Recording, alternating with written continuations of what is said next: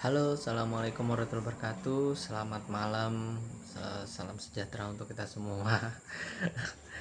Aku bingung sih sebenarnya cara buka video YouTube itu seperti apa sih. Ya udahlah. Tapi kali ini saya mau bikin konten eh, dengan segmen baru ya, yaitu segmen tentang eh, BOV, based on video. Jadi based on video ini adalah salah satu konten saya yang mungkin berkaitan, saya habis nonton apa nanti saya kasih opini saya plus hampir sama seperti reaction ya, tapi kalau reaction kan live gitu. Kalau saya sih apa yang saya tonton dan menarik perhatian saya, dan mungkin saya tertarik juga untuk bisa dibikin konten kayak gitu. Dan kebetulan kali ini saya mau mengangkat tentang salah satu video yang muncul di YouTube ya, terkait sengketa rumah.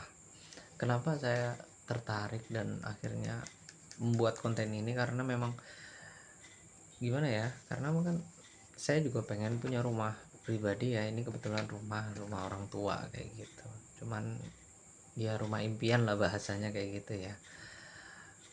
Ternyata ngurus rumah tuh ribet dan penuh penuh dengan apa ya, lika-liku ya ternyata kalau di daerah daerah di Indonesia lah, karena kan ini saya nontonnya dari berita ya.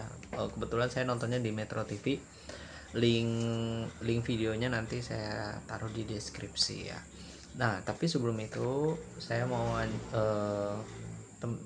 kasih tahu teman-teman kalau ini 10.000% ini ya, opini saya yang tidak tahu menahu, hanya berdasarkan video, dan ada beberapa catatan yang saya catat. Maaf kalau kelihatan ya kalau tulisannya jelek, tapi dari sini saya dapat poin-poin yang memang saya nanti dengan reaction ini saya berharap saya bisa belajar juga, dan mungkin teman-teman di sini yang mungkin sama seperti saya tidak terlalu paham atau tidak terlalu mengerti tentang jual beli rumah itu seperti apa, dan konflik ataupun permasalahan yang akan dihadapi itu seperti apa, saya juga jujur kurang paham, dan akhirnya mulai terbuka setelah nonton video dari Metro TV itu.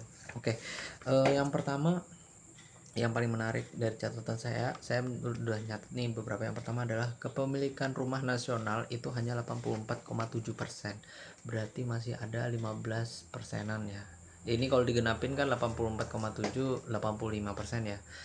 15 persennya berarti nggak punya rumah, nggak punya tempat tinggal, dan 85 persennya punya tempat tinggal, entah itu dia sewa, entah itu dia legal ilegal atau seperti apa, saya kurang tahu. Tapi berarti memang di satu Indonesia itu memang ada yang nggak apa ya, mungkin nggak punya tempat tinggal beneran beneran, literally nggak punya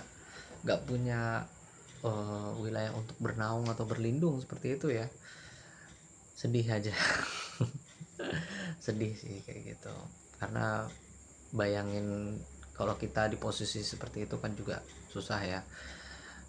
Walaupun kita harus pergi jauh ataupun apa, tetap perlu istirahat dan perlu tempat yang tenang kayak gitu ya. Yaitu salah satunya rumah kayak gitu. Itu yang pertama. Dan di kota besar pastinya itu angka kepemilikan rumah juga rendah banget ya. Ini contohnya di Jakarta itu dia 56,57, berarti sekitar, let's say kita genepin aja nih mainnya 55% berarti 45 persennya masih kepemilikannya bukan, mungkin yang dimiliki kan 55 tadi itu kan yang punya rumah, 45 nggak punya. Mungkin 45 ini nyewa dari yang 55 ataupun memang di luar dari kota besar itu tadi. Ini salah satu contoh. Yang 55 ini adalah kebetulan kota Jakarta ya. Ini based on video itu tadi, BOV ya. Itu yang kedua yang menjadi highlight saya. Berarti kan sama aja ya, kayak namanya rumah itu impian dan setiap orang harus punya rumah ya. untuk bernaung, berteduh dan segala macam, untuk istirahat juga dan segala macam, bahkan ada yang dibikin aset dan segala macam ya. Jadi pangsa pasar sih. Kalau misalkan di kota besar tentu pangsa pasarnya gede, yang perlu rumah juga banyak di kawasan itu juga, otomatis harganya naik dan nggak semua orang mampu untuk misalkan harganya yang mahal kayak gitu, apalagi di kota Jakarta ya, kota besar ya. Di daerah saya sih saya kurang tahu sekarang harganya berapa, tapi kalau ngelihat yang di kan teman-teman mungkin ada di bank-bank, di bank itu di samping sebelah kanan, entah itu bank yang syariah, non syariah dan segala macam, ada rumah dijual dan segala macam, harganya ada yang 200 tuh, ada sampai bahkan miliaran. Ini untuk kota kecil. Di tempat saya sih Palangkaraya memang ya udah harganya udah kayak gitu gitu ya. Kalau di Jakarta mungkin ratusan jutanya udah hampir ke arah miliaran ya mungkin ya, bahkan yang 500 juta ataupun yang lebih rendah, atau yang lebih rendah dari itu mungkin juga ada kayak gitu ya. Yang jelas kalau misalkan kota besar emang susah sih. Selanjutnya yang menarik dari video itu adalah tentang surat bukti kepemilikan. Jadi namanya dokumentasi di kasus rumah ini ya, di kasus perumahan itu ternyata jelimet ya, jelimet. Kenapa bisa demikian? Karena ternyata di dalam eh, sertifikat dokumentasi rumah itu yang paling penting adalah SHM, surat sertifikat hak milik. Oh sorry, ini memang harus benar baca ya. Sertifikat hak milik itu udah nomor satu dah. Jadi entah dia hak miliknya itu bisa tanah dan bangunan juga. Itu saya baca juga sedikit di detik.com atau apa kayak gitu. Yang kedua itu ada AJB, akta jual beli ya, akta jual beli rumah. Misalkan rumah itu dari developer atau dari pengembang atau dari punya siapa kayak gitu, atau dari pemilik sebelumnya dan segala macam. Habis itu ada BAST, berita acara serah terima, ada IMB, izin mendirikan bangunan, ada PBB, pajak bumi dan bangunan, dan kwitansi pembelian rumah atau kwitansi jual beli rumah itu sendiri ya. Itu sebenarnya dokumen-dokumennya sih kayak gitu. Tapi yang paling penting sebenarnya kalau dari rumah itu sendiri adalah SHM ya, sertifikat hak milik, plus AJB. Itu juga penting sih. Kalau dari video itu ya yang saya amati, berkali-kali bilang sertifikat milik dan AJB, bahkan ada di salah satu provinsi, di salah satu kota tuh, di salah satu wilayah juga dia bilang AJB ya, eh, akta jual beli gitu, pejuang akta jual beli. Nah gitu, sorry pejuang akta jual beli atau pejuang AJB biasanya gitu ya. Sedih aja sih kalau kita beli rumah tapi rumah kita ternyata nggak sah, atau ya kap, mungkin siap kapanpun bisa digusur orang atau dikasihkan ke orang lain loh. Jadi kayaknya misalkan kayak gini, kamu beli handphone, ini handphone kan mungkin semua orang punya ya zaman sekarang ya, untuk bikin apa, untuk ngerjain apa kayak gitu. Tapi ternyata handphone itu bukan handphone kamu. Bisa aja nanti yang punya handphone, misalkan kamu beli di salah satu toko Mali misalkan, atau jangan toko Mali deh, nama orang, di Konoha sana ya, ada oh ya, toko Konoha misalkan ya, di toko Konoha kalian beli handphone itu. Nah ternyata toko Konoha itu ngasih yang bodong, ternyata yang aslinya itu dijual ke orang lain kayak gitu. Dan tapi barangnya sama gitu, secara barang sama, barangnya namanya tanah kan cuma satu-satunya ya, anggaplah handphone itu cuma ada satu-satunya di dunia ini lah. Handphone ini tadi langsung diambil sama orang lain, padahal kamu udah beli duluan gitu. Nah kan sedih juga ya. Nah maka dari itu jadi ikut prihatin gitu sebenarnya, saya jadi kepikiran dan was-was juga sih kalau yang namanya rumah, apalagi harganya mahal ya, udah beli mahal-mahal ternyata itu bukan punya kita, atau kita hanya ngasih nyetor duit aja kan jadinya kan gitu loh. Ya begitulah. Jadi itu sertifikatnya, alasannya kenapa sih faktor yang bisa kerumitan itu terjadi atau permasalahan itu terjadi. Salah satunya ada faktor dari pembeli juga sih. Kita ngomonginnya dari pembeli dulu ya, karena saya juga perspektifnya kan pengen punya rumah nih, punya rumah pribadi atau punya milik sendiri kayak gitu, milik saya dan istri saya kayak gitu. Jadi saya lebih konsennya di sini dulu ya. Yang pertama, jadi banyak pembeli itu yang kurang tahu dari segi alur jual beli rumah itu sendiri, dokumen-dokumen apa yang mau disiapin, habis itu pengecekannya itu baik dari sebelum akad dan sesudah akad. Apa aja sih yang dicek? Pertama developer, kedua sertifikat, ketiga lokasi, keempat progres, empat track record dari baik itu lahan, track record si lahan ini, misalkan lahan, jual beli lahan kan pasti ada riwayatnya ya. Habis itu plus track record si pengembang atau yang bangun.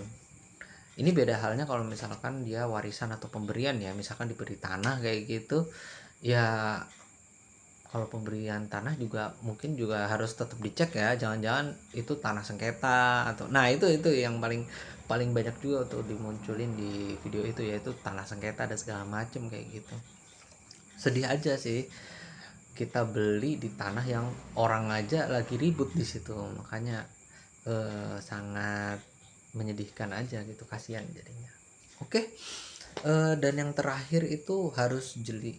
Nah, dari sini pengecekan tadi kan ada berapa? Legalitas tuh kayak dokumen dan segala macam, sertifikat hak milik, habis itu lokasinya, sengketa tanahnya di mana, sengketa apa kagak dan segala macam ya. Progresnya seperti apa kan, misalkan dia beli baru ya, rumah yang inden atau segala macam baru dibangun, progresnya kayak gimana, apa udah misalkan kita lagi bayar udah cicilan berapa kan, biasanya masih ada ya tanah, beli rumah itu yang inden dan segala macam, mungkin eh, nggak dikerjain sama developer atau kena tipu dan segala macam, atau setengah jadi, atau bahkan nggak tahu lokasinya di mana. Itu kan bisa aja terjadi ya, karena berbagai faktor. Nanti faktornya habis ini sih kita jelasin. Habis itu progresnya, track recordnya tadi dan segala macam. Itu sih gambarannya dari saya, yang saya temui dan yang saya amati dari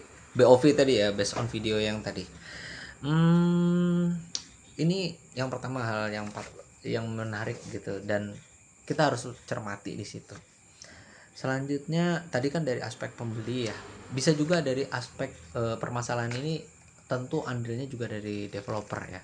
Developer itu kalau dari yang tadi, yang based on video tadi, itu dia melakukan bujuk rayu kepada konsumen ya, dalam hal ini calon pembeli rumah itu tadi, misalkan dengan harga yang miring, dokumennya udah lengkap, tidak bermasalah, tidak banjir, tidak ini tidak itu, dia pokoknya too good to be true lah, terlalu indah untuk terjadi kayak gitu kan, sangat-sangat perlu kita cross check ya.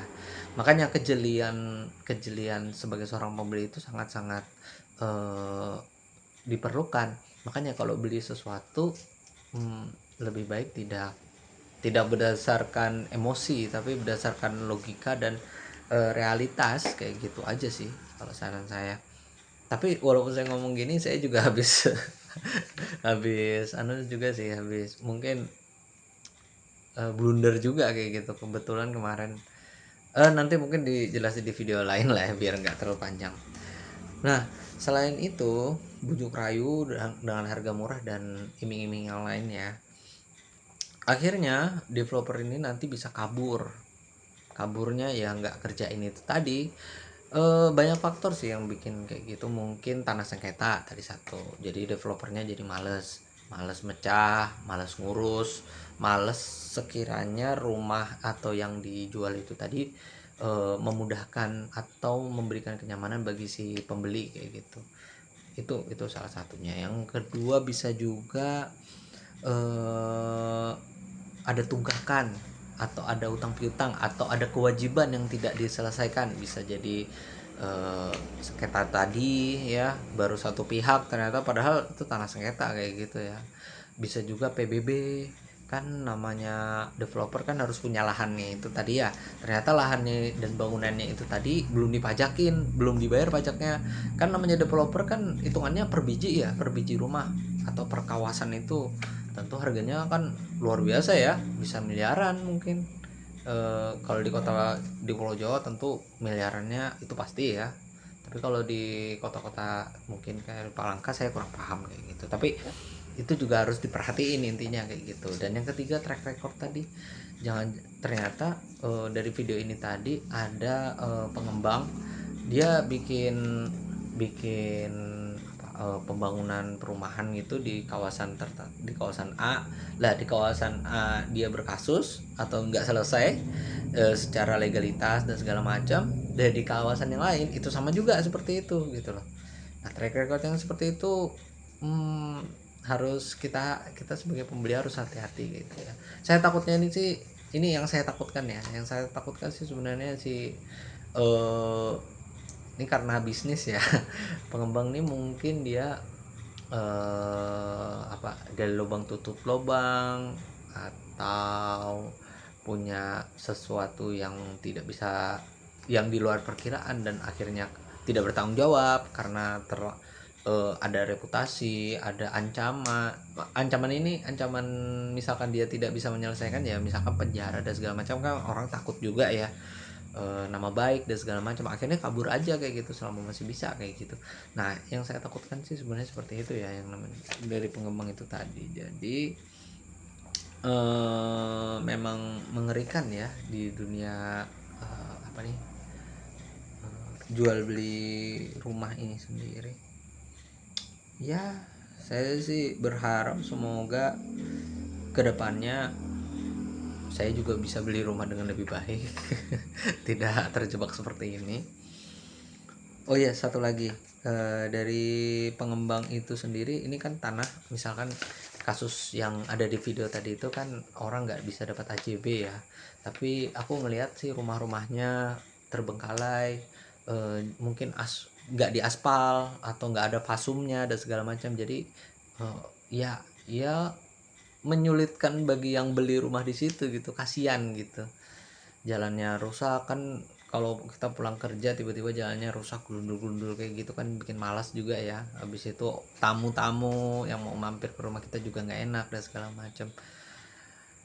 Pemerintah sebenarnya, kalau dari video itu tadi, pemerintah sih masuk apa ya, mau bantu nih, tapi itu kan tanah sengketa, itu tanah orang, bukan tanah yang legal atau yang diamanahkan developer untuk bisa dipakai,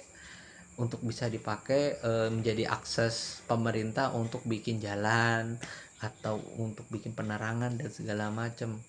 Nah, yang seperti itu kan tentu merugikan banget bagi masyarakat ya, kalau misalkan harus menghadapi developer yang nakal ataupun yang tidak bertanggung jawab tadi ya. Maka dari itu kejelian bagi pembeli, nggak cuma rumah, apapun yang kita beli kita harus jeli, apalagi kita udah investnya luar biasa mahal ya. Saya akuin untuk zaman sekarang harga ratusan juta itu sudah mahal, karena pendapatan kita nggak nggak seperti yang kayak di warga Eropa sana atau negara-negara maju yang gajinya udah lumayan semua ya, lumayan gede. Kalau di Indonesia kan ya 100.000 udah dapat apa. Mumet juga ya, cepet habis semuanya, semua nilai tukar rendah dan segala macam. Jadi untuk barang-barang mewah seperti rumah ataupun yang kita invest mahal, mobil dan segala macam, lebih hati-hati dan hati-hati. Jangan sampai itu terbuang percuma, apalagi kena tipu atau bermasalah dan akhirnya kita nggak tenang kayak gitu yang mau make gitu ya. Ya, itulah akhir video saya kali ini, 20 menit lagi. Mohon maaf karena memang itu sekaligus curahan hati saya akhiri. Assalamualaikum warahmatullahi wabarakatuh. Kalau ada komentar silahkan tinggalkan di komentar ya. Dadah, assalamualaikum.